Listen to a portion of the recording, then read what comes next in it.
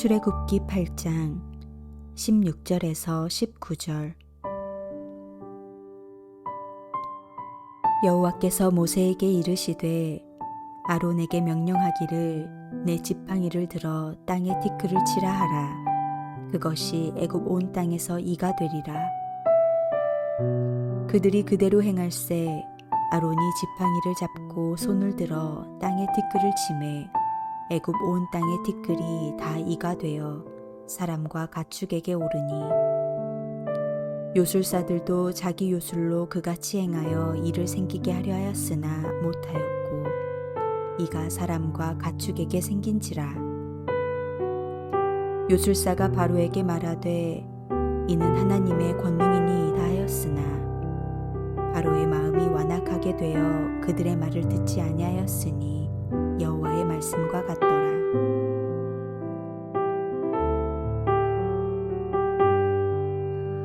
우리는 삶을 마칠 때까지 승산 없는 전쟁 때문에 평생을 허비하고 결론 없는 논쟁을 위하여 수많은 에너지를 낭비할 때가 얼마나 많은지 모릅니다.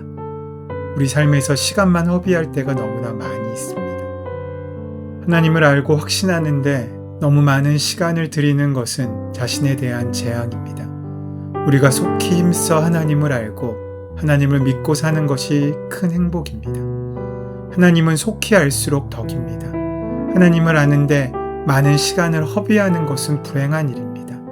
바로는 하나님을 인정하는 데 시간을 허비함으로 그와 그 나라는 재앙에서 벗어나지 못합니다. 재앙은 계속됩니다. 바로가 개구리를 없애주면 백성을 보내겠다는 약속을 지키지 않는 것에 대하여 하나님께서는 예고 없는 재앙을 내리십니다. 시건하지 않으시고 약속을 어기지 않으신 하나님께서는 말을 변하고 약속을 어기는 사람을 싫어하십니다. 이런 사람에게 징벌을 내리십니다. 왜냐하면 하나님께서 기뻐하시는 모습이 아니기 때문입니다. 모세는 지팡이로 땅에 티끌을 쳐서 이가 되게 했습니다. 그러나 이번에는 애굽의 술객들은 흉내내지도 못했습니다. 이것을 본 술객들은 하나님의 권능으로 인정했으나 바로는 더욱 그 마음이 강팍해졌습니다. 첫 번째와 두 번째 재앙은 나일강에 물을 쳤습니다. 그러나 이번에는 나일 강변에 땅을 친 것입니다. 물과 흙은 똑같이 비옥한 애굽의 자랑입니다. 나일강은 그들이 숭배하고 기대하던 삶의 터전입니다. 첫 번째 재앙으로 나일강이 피가 되고 두 번째 재앙으로 나일강의 풍요의 신 개구리가 뛰쳐나와 득실거리고 세 번째 재앙으로 강가의 땅의 티끌이 이가 되었습니다. 완전히 그들이 믿던 신이 그들을 배신합니다. 그들에게 고통을 주고 절망으로 변하게 한 것입니다. 흙으로 사람을 만드신 하나님이 티끌로 이를 만드신 정도는 문제도 아니었을 것입니다. 아론이 지팡이로 땅에 티끌을 치자 애굽의 모든 티끌이 이가 되어 가축과 사람을 괴롭힙니다. 이라고 번역되긴 했지만 학자들에 따라서 이것을 곤충 혹은 모기라고 주장하는 사람들도 있습니다.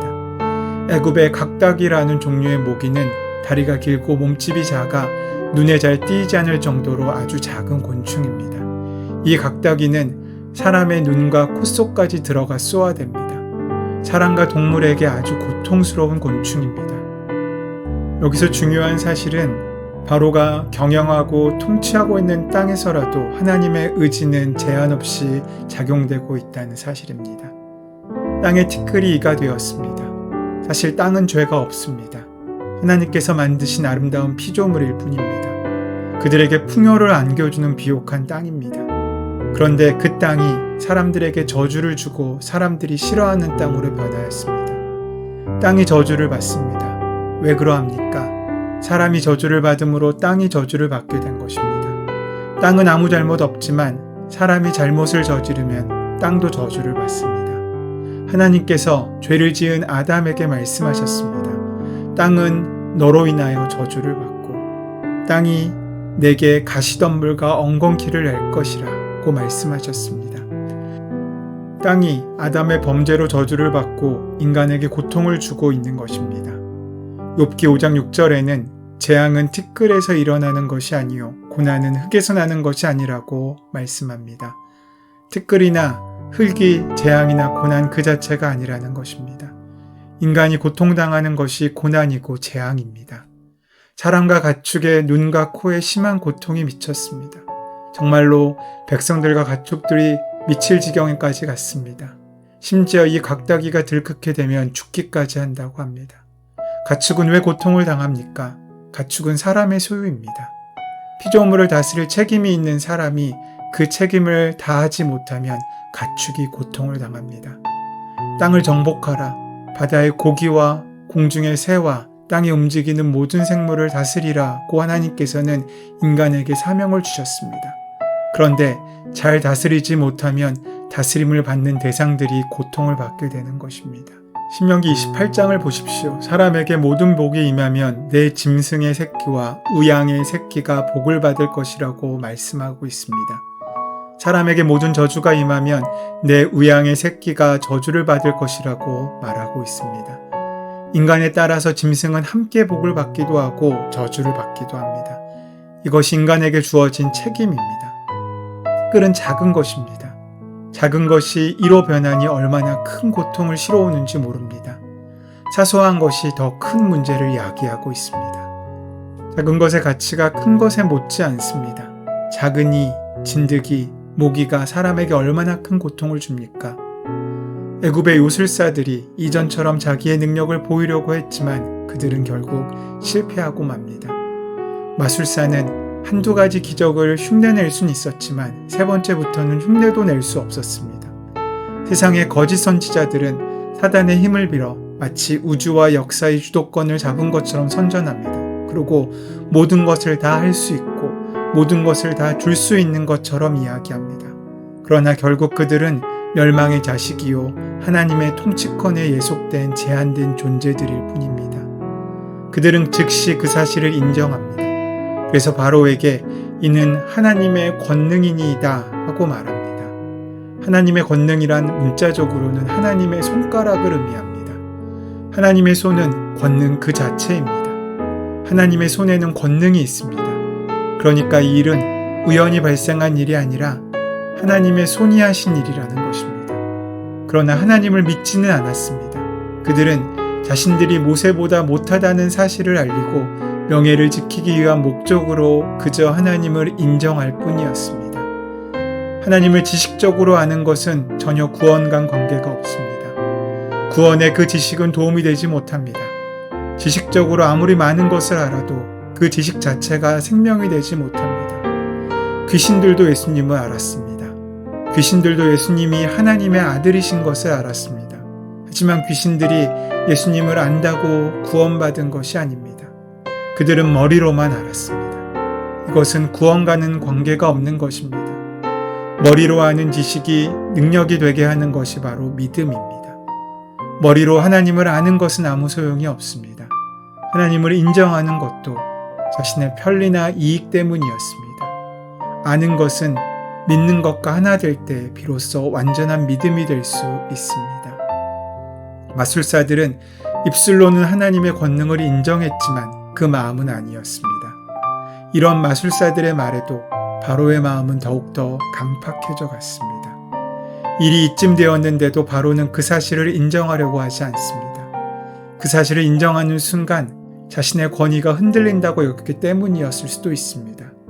재앙은 어쩌면 우매한 인간의 숙명일지도 모릅니다. 어거스틴은 만이교의 심취하에서 하나님을 멀리 떠나 있었습니다. 그러나 그는 어머니의 기도에 힘입고 회심하여 주님께 돌아옵니다. 그리고 33세의 세례를 받습니다. 그는 이전에 철학을 공부하였습니다.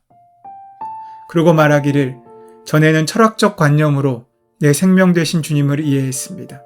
그러나 이런 나의 사상은 허구고 거짓이었습니다. 라고 고백합니다. 그는 지식으로만 우리를 구원할 수 없다고 한 것입니다. 어거스틴은 두 번의 회심을 거쳤습니다. 한 번은 머리로 회심하였고 다른 한 번은 가슴으로 회심하였습니다. 사랑하는 여러분, 우리도 머리로만 하나님의 권능을 아는 사람이 되지 않아야 합니다. 입으로만 하나님을 고백하는 사람이 되지 말아야 합니다. 입술로 하나님께 맹세하고 쉽게 잊어먹고 변절하는 사람이 되지 않아야 합니다. 우리의 가슴과 삶을 통하여 하나님을 인정하고 하나님이 하나님이심을 드러내는 귀한 삶을 살아갈 수 있을 때 우리의 재앙은 우리의 축복으로 바뀔 것이고 하나님의 은혜는 우리로 하여금 묶여 있어 떠나지 못한 그 모든 죄의 자리에서 비로소 참된 자유를 얻고 누리는 귀한 능력으로 만나고 허락될 것입니다. 우리의 가슴으로, 우리의 마음으로, 우리의 영혼으로 그 주님을 영접하고 믿고 의지하고 따르는 예수님의 사람들이 다 되는 하루가 되기를 소원하고 축원합니다. 은혜의 주님, 오늘 우리가 하나님을 믿되 끝까지 믿고 하나님의 은혜 가운데 우리의 죄의 짐을 벗고 하나님의 기쁨의 길에 설 수 있는 은혜와 용기를 붙잡을 수 있도록 인도하여 주시옵소서. 우리 주 예수 그리스도의 이름으로 기도드립니다. 아멘. 이제 오늘 허락하신 말씀을 깊이 묵상하심으로 이 말씀이 오늘 나에게 주시는 말씀으로 만나지게 되시기를 소원합니다. 오늘 우리의 삶의 모든 문제와 간구를 하나님께 온전히 맡기시고 함께 기도하는 시간 가지도록 하겠습니다. 함께 기도합니다.